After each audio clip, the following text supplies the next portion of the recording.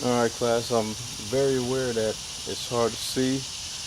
However, the PowerPoint, I'm going to just tell you to go to the next slide to go with me to make up for lighting. This is the project from our interpersonal communications class, 508, Liberty University, Kendall Iverson. And here we go. My table of contents is going to cover the introduction, overarching goals, barriers, interpersonal communications, internal, external noise solutions, plan of action, summary.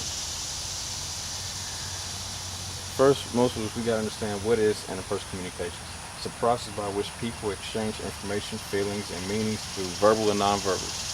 Also, about how it is said and the nonverbal messages that's sent through tones of voice, facial expressions, gestures, and body language. Enlarging conversation is the ability to keep an open, effective form of communication where two or more members have the opportunity to speak and listen without the thought or feeling of not being heard or understood.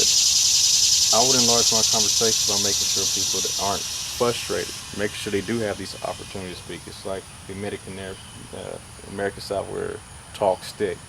Well, once the person gets done saying their piece or keeping them from being in a situation where they repeat themselves, make sure that they were understood by clarifying and then go on to the next person. Make sure that everybody feels that they have a level of importance in this conversation, that their opinion does matter, which it does. If somebody winds up shutting down, then by the end of the day, you lost them. My overarching goal is to balance out and make myself approachable. Disclosure more in depth in hopes to build bridges. Inhale versus exhaling a lot more. Take on less problems. Teach to fish instead of feed speakers fish. Less opinionative, not to be a guru. And what I mean by these things, I like art, so I like metaphors and I like examples and analogies.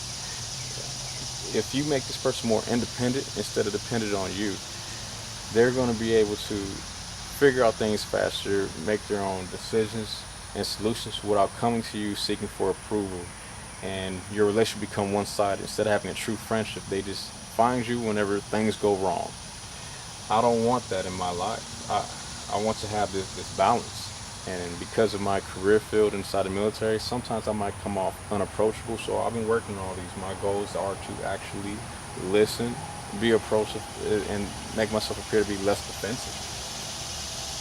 My DISC test and my Q test, I took those. I'll let you know that in a second. It covers dominance, influence, steadiness, and compliance.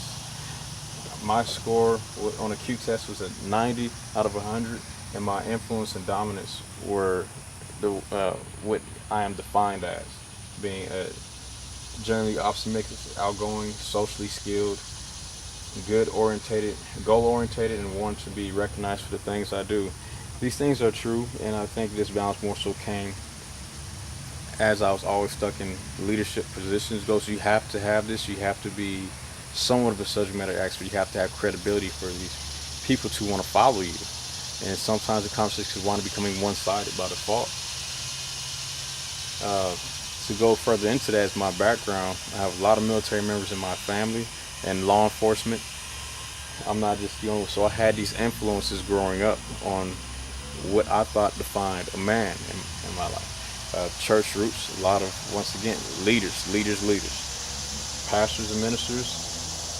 I was always been into arts and crafts and science, athletics, and this made me feel more of like a Mr. Fix-It, and I'm taking people in my relationships that way too.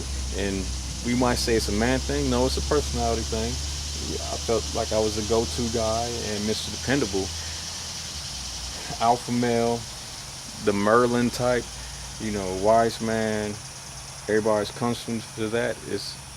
That's just kind of how I was molded, if you will.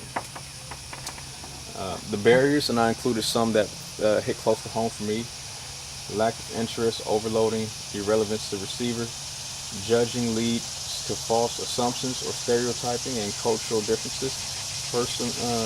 personality conflicts, ritual listening, resistance to change.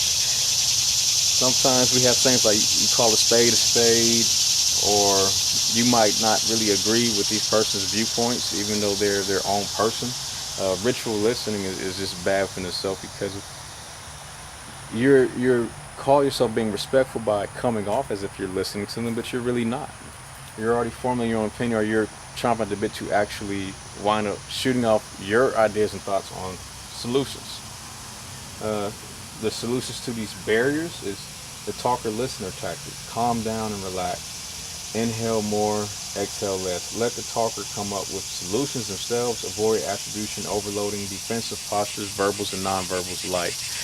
That first half, pretty much talk about how the master actually letting this person finish their thoughts and their verbal message they're trying to send you. You gotta know when to listen, or let people calm down, if not yourself, so you can actually receive messages, or vice versa. Don't do all the talking. How are you able to be an effective listener or contribute to this person in their current situations if you're already talking? And then also, sometimes you got to make yourself come down to level. Don't feel like you're superior to them, or come off like that way. Be in depth. Show them that you are human. You have these situations. You are not sympathizing. You can empathize with them. It builds strong credibility, and these people are more willing likely to talk to you on a regular basis. It also being encouraging. Do not create or play hero. Assist, motivate, and solutions. Don't be a SME. A subject matter expert is the worst, because they're only going to talk to you when something goes wrong, and especially if they're the type of person that like to take responsibility, you're going to get blamed if it fails, because it wasn't their idea, it was yours. You're adopting their problem. Noise pollution, inner and external. Once again, ritual listening, the faker, evaluating speaker's words, not the whole message. Preoccupied with your own personal thoughts. Anxious to speak on thoughts and music, public settings, things like that could be distractions. Nothing wrong with saying, hey, let's go to the area where I can hear you and focus on you a little bit more. They will oblige you. Listening skills and communication traps, the flat brain tango. Clarify what speaker says. It helps de-escalate situations. The victor versus the friend role. Collaborating and about solutions. Do not interrupt.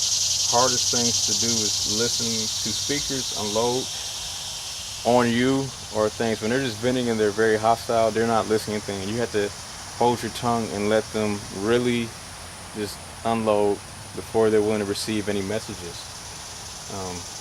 You got to know how to just sometimes trying to find neutral agreement on solutions instead of have those verbal shootouts on who's at fault. You're not going anywhere. My plan of action is to not take ownership of the speaker's problems. Let them be able to fix it themselves. Focus on the speaker's thoughts and emotions. Keep speakers independent, and know when to say when they're only speaking to you just to get you to agree with everything, and they're not really listening. They don't want to be advised. They're just venting. You just got to know when to end the conversation. And also, when they're beyond your help, don't try to keep fighting to be the problem solver. When the solution to it, whether it's suicidal, for example, you got to refer them to professional help. And that's my plan, actually, what I'm going to apply to myself. And summary, what we covered. Also, to just put it all into a nutshell, is just like tennis. When they hit the ball to you, you gotta let it clear the net before you can hit it back, which is speaker sends a message, you receive it, then you can reply. If you're too busy swinging a racket, you're gonna miss the whole ball or message by interrupting, over talking them, and too busy forming your own thoughts to solutions. Make them independent. And here's my breakfast and bibliography.